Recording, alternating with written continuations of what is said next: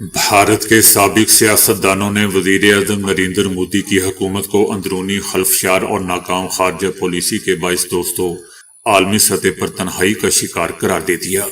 ان سیاستدانوں کا کہنا ہے کہ مودی حکومت کے بلند و بانگ دعووں کے برعکس بھارت اس وقت سنگین سیاسی، معاشی اور سفارتی مسائل میں گھرا ہوا ہے۔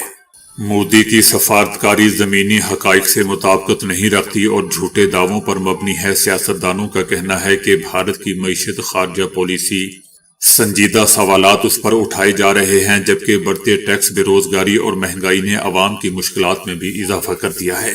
ان سابق سیاستدانوں کا یہ بھی کہنا ہے کہ امریکہ کی جانب سے بھارت پر تجارتی ٹیرف عائد کیے گئے اور بھارت کو چابہار بندرگاہ جیسے اہم منصوبے سے بھی پیچھے ہٹنا پڑا، جو بھارتی خارجہ پالیسی کی ناکامی کا ثبوت ہے۔ سابق سیاستدانوں کا یہ بھی کہنا تھا کہ پاکستان کو عالمی سطح پر تنہا کرنے کی بھارتی پالیسی یا مودی کی پالیسی مکمل طور پر ناکام ہو چکی۔ ان کا کہنا تھا کہ پاکستان نے مؤثر حکمت عملی کے ذریعے امریکہ، سعودی عربیہ، ترکیہ اور چائنا کے ساتھ اپنے تعلقات مزید مضبوط کر لیے۔ سابق سیاستدانوں نے دعویٰ کیا کہ اسلامی ممالک کے درمیان ابھرتا ہوا اتحاد بھارت کے لیے ایک نیا چیلنج بن چکا ہے، اور اگر مستقبل میں کوئی تنازعہ یا پاکستان سے کوئی جنگ ہوئی تو بھارت کو صرف پاکستان نہیں بلکہ ایک وسیع اتحاد کا سامنا بھی کرنا پڑے گا۔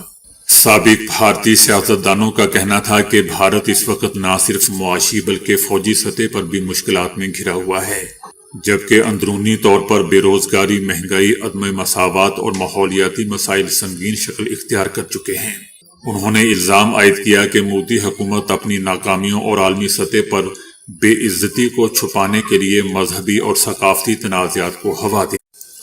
فرانس کی بحریہ نے بحر روم میں روس پر عائد پابندیوں کی مبینہ خلاف ورزی کے شبے میں ایک آئل ٹینکر کو روکنے کے بعد اس کے کپتان کو حراست میں لے لیا۔ ٹینکر کے 58 سالہ بھارتی کپتان کو اتوار کے روز تفتیش کے لیے عدالتی حکام کے حوالے کر دیا گیا۔ فرانسیسی حکومت کا کہنا ہے کہ تحقیقات کا مقصد یہ جانچنا ہے کہ ٹینکر پر لہرایا جانے والا جھنڈا اور جہاز رانی سے متعلق دستاویزات درست اور قانونی ہے یا نہیں۔ جہاز کا تمام عملہ، جو تمام بھارتی شہری ہیں، تاحال ٹینکر پر ہی موجود ہیں۔ فرانسیسی حکومت کا کہنا ہے کہ شبہ ہے کہ یہ روسی شیڈو فلیٹ کا حصہ ہے، جو یوکرین جنگ کے باعث روس پر لگائی گئی پابندیوں سے بچنے کے لیے استعمال کی جا رہی ہے۔ یاد رہے کہ یورپی ممالک کا کہنا ہے کہ روس پابندیوں سے بچنے کے لیے 400 سے زائد جہازوں پر مشتمل ایک خفیہ فلیٹ استعمال کر رہا ہے۔ فرانس اور دیگر ممالک نے اس نیٹ ورک کے خلاف سخت کارروائیوں کا اعلان کر رکھا ہے۔ برطانوی میڈیا نے کہا ہے کہ امریکی صدر ٹرمپ نے غزہ میں تعمیر نو کے لیے بورڈ آف پیس میں بھارت کو بھی دعوت دی ہے، تاہم یہ واضح نہیں ہے کہ بھارت اس دعوت کو قبول کرے گا یا نہیں۔ یاد رہے کہ غزہ بورڈ آف پیس کا مقصد اسرائیل اور حماس کے درمیان جنگ بندی قائم کرنا ہے اور عبوری حکومت کی نگرانی بھی کرنا ہے۔ اب تک بورڈ آف پیس میں تقریباً 60 کے قریب ممالک نے دستخط کر دیے ہیں۔ برطانوی میڈیا کا کہنا ہے کہ بھارت کے غزہ پیس بورڈ میں شامل ہونے یا نہ ہونے کے فیصلے سے مغربی ایشیا میں استحکام اور امریکی تعلقات متاثر ہو سکتے ہیں۔ بھارتی قیادت کو خدشہ ہے کہ کل کو ٹرمپ مسئلہ کشمیر کو بھی بورڈ میں لا سکتا ہے، کیونکہ یاد رہے کہ صدر ٹرمپ نے اپنے خطاب میں کہا تھا کہ یہ صرف امریکہ کے لیے نہیں بلکہ پوری دنیا کے لیے ہے۔ میرا خیال ہے کہ ہم اسے دوسری جگہوں پر بھی پھیلا سکتے ہیں، ایسا ٹرمپ کا کہنا تھا۔ بھارت کے سابق سفیر اکبر الدین کا کہنا ہے کہ بھارت کو بورڈ آف پیس میں شامل نہیں ہونا چاہیے۔ بورڈ اقوام متحدہ کی قرارداد 2803 سے متصادم ہے، اور بورڈ میں شامل ہونے سے بھارت بورڈ کے فیصلوں کی توثیق کا ذریعہ بن سکتا ہے۔ سابق بھارتی سفیر رائے کا بھی کہنا ہے کہ ٹرمپ کے بورڈ آف پیس کی کوئی مدت مقرر نہیں ہے، اسے غزہ کے باہر بھی استعمال کیا جا سکتا ہے۔ رنجیت رائے کا کہنا ہے کہ انڈیا کے مقدمے میں اضافہ ہوا ہے، چاہے انڈیا اسے قبول کرے یا رد کرے، اس کا اثر پڑے گا۔ ان کا کہنا تھا کہ میرے خیال میں بورڈ آف پیس میں شامل ہونے کے خطرات زیادہ ہیں۔ پہلی بات تو یہ کہ صدر ٹرمپ اس کے چیئرمین ہیں، اور ان کے لین دین پر مبنی رویے سے انصاف کی توقع نہیں رکھی جا سکتی، اور دوسری طرف اگر انڈیا اس میں شامل نہیں ہوتا تو بھی اس کا اثر پڑے گا، کیونکہ اس فیصلے سے مغربی ایشیا متاثر ہوگا۔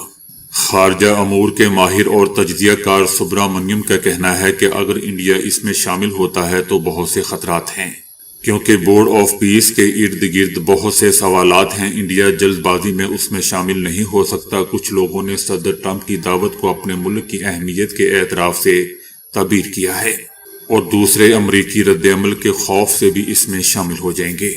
بھارتی میگزین دا ہندو بھی دوستو لکھتا ہے کہ بورڈ میں شامل ہونے کا پاکستان کا فیصلہ انڈیا کے لیے ایک انتباہی اشارہ ہے، خاص طور پر اگر صدر ٹرمپ نے تنازع کشمیر کو امن کے منصوبے میں شامل کرنے کا فیصلہ کیا تو بورڈ آف پیس اسے حل کرنے کی کوشش کرے گا۔ ہندو میگزین مزید لکھتا ہے کہ ایک بار بورڈ میں شامل ہونے کے بعد انڈیا کے لیے انٹرنیشنل پیس میکنگ فورس میں اپنے فوجیوں کی تعیناتی پر اعتراض کرنا بھی مشکل ہو جائے گا۔ نیو یارک ٹائمز بھی لکھتا ہے کہ صدر ٹرمپ نے اس ادارے کو ابتدا میں غزہ میں اسرائیل اور حماس کے درمیان امن معاہدے کی نگرانی کے لیے قائم کیا ہے، لیکن اب وہ اسے ایک ایسے ادارے میں تبدیل کرنے کی کوشش کر رہے ہیں جو اقوام متحدہ کا مقابلہ کر سکے۔ انڈین تجزیہ کاروں کا یہ بھی کہنا ہے کہ ایک تشویش یہ بھی ہے کہ بورڈ آف پیس صرف ایک قطبی دنیا کو مضبوط کرے گا، یعنی ایک ایسا نظام جس پر امریکہ کا غلبہ ہو۔ دوسری طرف انڈیا ایک دنیا کی وکالت کرتا ہے جہاں اس کا اپنا موقف ہے، بجائے اس کے کہ وہ امریکہ کی ایک دم بن کر رہ جائے۔ بتایا جا رہا ہے کہ افغانستان میں طالبان حکومت کی پالیسیوں کے باعث بنیادی انسانی حقوق کی صورتحال مزید دوستوں خراب ہوتی جا رہی ہے، جہاں عوام خوف، دباؤ اور عدم و تحفظ کا شکار ہو چکے ہیں۔ افغانستان کے مبصرین کا بھی کہنا ہے کہ طالبان انتظامیہ نے اقتدار برقرار رکھنے کے لیے سخت اور جابرانہ اقدامات کو معمول بنا لیا ہے۔ افغان میگزین ہشت صبح کی رپورٹس میں بھی بتایا گیا ہے کہ طالبان حکومت کے بڑھتے ہوئے تشدد اور دباؤ کے باعث عوام میں شدید تشویش پائی جا رہی ہے۔ رپورٹ میں بتایا گیا ہے کہ ٹیکسی گاڑیوں میں خواتین کو لے جانے پر غیر اعلانیہ پابندیاں عائد ہیں، جس کے باعث ڈرائیور طالبان کے خوف سے خواتین کو سفر کی سہولت دینے سے انکار کر رہے ہیں۔ اسی طرح سرکاری ملازمین کو مختلف الزامات اور ہیلے بہانوں کے تحت بلا جواز گرفتار کیے جانے کے واقعات میں اضافہ ہوا ہے۔ میگزین کا کہنا ہے کہ طالبان کی وزارت صحت کے زیر اہتمام ایک گریجویشن تقریب کے دوران میڈیکل طلبہ کو مبینہ طور پر تضحیک کا نشانہ بھی بنایا گیا۔ میگزین دوستوں مزید لکھتا ہے کہ طالبان حکومت نے نام نہاد علاقائی پاسپورٹ فارمز کے ذریعے عوام سے بار بار ذاتی معلومات حاصل کی ہیں، جسے ماہرین نفسیاتی دباؤ اور مسلسل نگرانی کا ذریعہ قرار دے رہے ہیں۔ ماہرین کا کہنا ہے کہ خواتین کے نقل و حرکت پر پابندیاں، ملازمین کی بلا جواز گرفتاریاں اور مستقل نگرانی نے افغان معاشرے میں ذہنی دباؤ کو شدید کر دیا ہے، جس کے اثرات ایک پوری نسل پر مرتب ہو رہے ہیں۔ انسانی حقوق کے حلقوں کا بھی کہنا ہے کہ موجودہ پالیسیاں افغانستان کو ایک سنگین انسان۔ جرمن میڈیا کا کہنا ہے کہ ایک حالیہ سروے سے ظاہر ہوا ہے کہ 60% سے زیادہ جرمن امریکی صدر ٹرمپ کو اپنے ملک کے لیے خطرہ سمجھتے ہیں۔ ایک حالیہ سروے سے پتہ چلا ہے کہ 61% جرمن امریکی صدر ٹرمپ کو اتحادی نہیں بلکہ اپنے ملک کے لیے خطرہ سمجھتے ہیں۔ ان میں سے 52% نے رائے شماری میں کہا کہ جرمن کو صدر ٹرمپ کی انتظامیہ کے ساتھ تعلقات میں سخت رویہ اختیار کرنا چاہیے۔ جیسا کہ دوستو ہم جانتے ہیں کہ حالیہ دنوں میں گرین لینڈ کے حصول کے بارے میں صدر ٹرمپ کے بیانات یورپی ممالک اور امریکہ کے درمیان تناؤ کا باعث بنے ہیں، اور امریکی صدر ٹرمپ نے حال ہی میں گرین لینڈ کے جزیرے کی خود مختاری کی مخالفین پر ٹیرف لگانے کی بھی دھمکی دی تھی، جن میں Germany, Denmark, Norway, Sweden, Finland, Holland, France اور برطانیہ شامل تھے۔ جرمنی کے صدر نے عالمی رہنماؤں سے مطالبہ کیا ہے کہ وہ امریکہ کو عالمی نظام کو چوروں کے اڈے میں تبدیل کرنے سے روکیں، جہاں انتہائی غیر اخلاقی لوگ جو چاہیں لے لیں اور خطوں یا پورے ممالک کو چند عظیم طاقتوں کی ملکیت سمجھیں۔ انٹرنیشنل میڈیا کا کہنا ہے کہ ایران کے سپریم لیڈر آیت اللہ خامنائی کو ممکنہ امریکی حملے کے خدشے کے پیش نظر تہران میں ایک خصوصی زیر زمین پناہ گاہ میں منتقل کر دیا گیا ہے۔ یہ مقام ایک مضبوط کمپلیکس ہے جس میں ایک دوسرے سے جڑی ہوئی سرنگیں بھی شامل ہیں۔ لیکن دوستو دوسری طرف اس فیک نیوز پر ایرانی حکومت نے سرکاری طور پر ان رپورٹس کی تردید کر دی ہے۔ ایران کا اس فیک نیوز پر کہنا ہے کہ ایران کسی بھی غیر ملکی طاقت سے خوفزدہ نہیں ہے۔ امریکی جنگی جہاز بردار بحری بیڑے کی مشرق وسطی تعیناتی کے پیش نظر ایرانی آرمی کے چیف جنرل محمد پاکپور نے امریکہ اور اسرائیل کو سخت وارننگ دی ہے کہ کسی بھی قسم کی مہم جوئی اور جارحیت سے باز رہیں۔